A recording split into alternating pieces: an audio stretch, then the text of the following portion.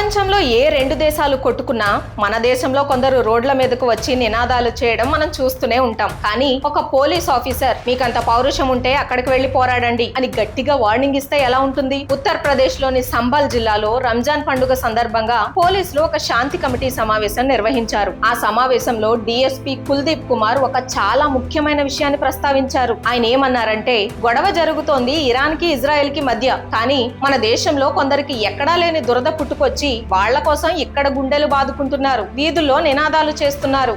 बहुत सारे लोगों को ना उनको खुजली इस बात की मची है कि साहब झगड़ा तो हो रहा है ईरान के इजराइल के बीच में और वो बीच में ना अपनी टंगड़ी घुसाए पड़े.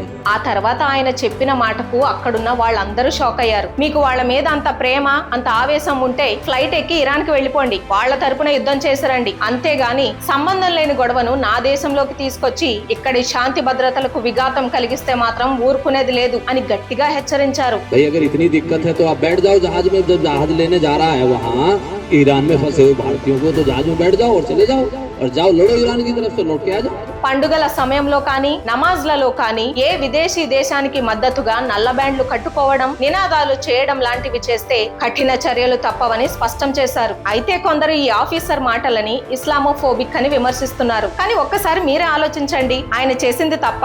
తన దేశంలో తన ప్రాంతంలో శాంతిని కాపాడటం ఆయన విధి. ఆ బాధ్యతను ఆయన 100% నిర్వర్తించారు. ఇలాంటి పోలీస్ ఆఫీసర్లు మన దేశానికి ఎంతో అవసరం. బయటి దేశాల గొడవల కన్నా మన దేశ శాంతే ముఖ్యమని చెప్పిన ఈ ఆఫీసర్ కి మా 4 ఫ్రెండ్స్ సెల్యూట్ చేస్తోంది. ఆయన ధైర్యంపై మీ అభిప్రాయం ఏంటో కామెంట్స్ లో చెప్పండి. ఈ వీడియోను అందరికీ షేర్ చేసి ఇలాంటి ఆఫీసర్లకు మన మద్దతు తెలియచేద్దాం. జై హింద్. ఈ విషయం గురించి ఇంకా క్లియర్ గా తెలుసుకోవాలి అంటే ఫుల్ వీడియో చూడండి.